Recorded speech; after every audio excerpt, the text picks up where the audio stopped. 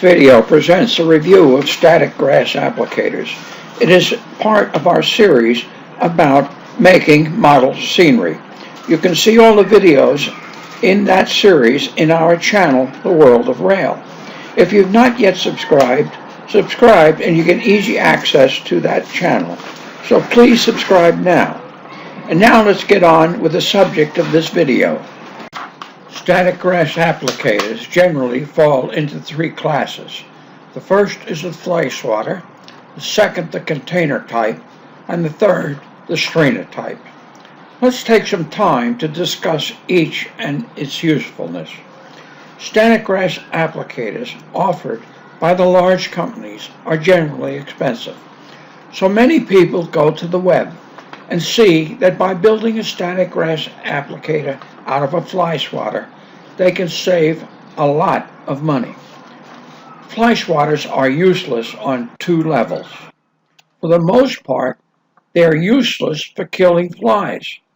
As you flail around trying to hit the fly with a fly swatter and finally succeed, the fly swatter sizzles and buzzes but doesn't kill the flies. The flies seem to recover and fly away, probably with a total memory loss and quite possibly no longer suffering from depression.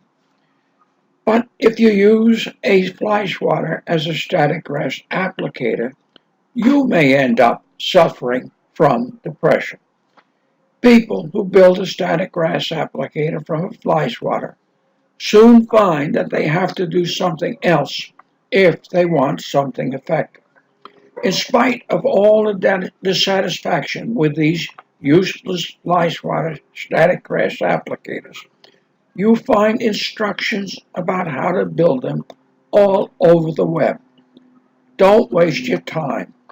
Have fun jumping around with the fly swatter, hoping that you can listen to the sizzle and buzz when you connect with a fly, but don't use it for static grass application. Now let's move on to what is most often used, and that is the container type grass applicator. The container type grass applicators are rather bulky and most useful for covering large areas, whether you want to carve a large area or not.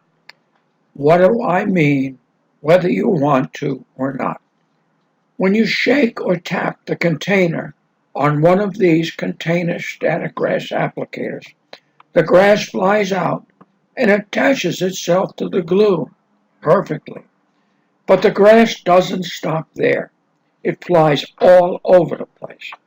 It gets onto your models, on the roofs, into your trees, and everything else, from which it is extremely hard to remove, if it can be removed at all.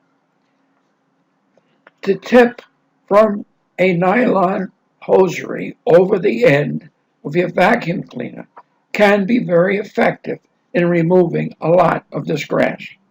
But a lot has to be removed with a small brush and sometimes blown away with a straw to be later vacuumed up again. I prefer to use a static grass applicator that allows me to work in a small area with a small tea strainer. I can apply the grass directly through the strainer itself, or I can apply the grass by hand and then tease it up by holding the tea strainer on its side. If I want to cover large areas, I can use a vegetable strainer. And moreover, I can attach other tools for specialty work, such as using static grass for branches on wire and weed trees as an alternative to using seafoam. I have videos showing how to do this in my YouTube channel, The World of Rail. Direct links are below this video. Static grass applicators like this are inexpensively built using only an anion generator or buying a complete kit. A link to where you can buy either of these is below this video. Because of its many advantages over and above the first two static grass applicators discussed, it is this static grass applicator that we use in our video series and in making all our model scenery. Okay, that's it for now. Now I want to hear from you. Tell me what you think of this video. If you can add something, please do that too. Some of your ideas may be much better than mine, so don't hesitate. Use the comments box below so everyone can see what you have to say. And please do subscribe. While you're subscribing, ring the bell so that you're notified by YouTube when we post a new video. Thank you for watching and have a good day.